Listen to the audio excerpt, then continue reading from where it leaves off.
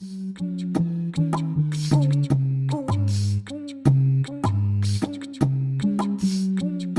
me your friends and I'll show you your future. That's one of my all-time favorite sayings. I used to share it with my youth ministry all the time, and it pretty much held true.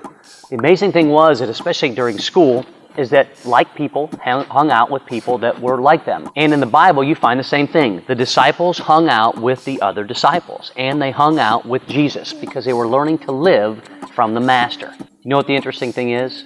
The older we get, the more we realize how true this is. In fact, if I said to you, who is it that you hang out with? You will find that you have something in common, that you are like-minded.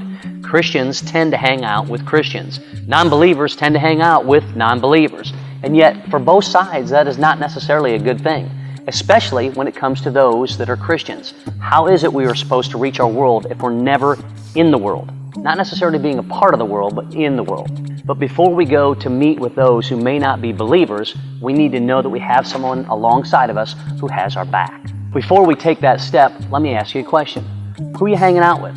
Who are your friends? Who would you say are the people that you can turn to, that you're confident in, that would have your back? Are they people that are lifting you up, or are they people that are dragging you down? So who is it that we're looking for that we can hang out with? Well, we'll talk about that more tomorrow.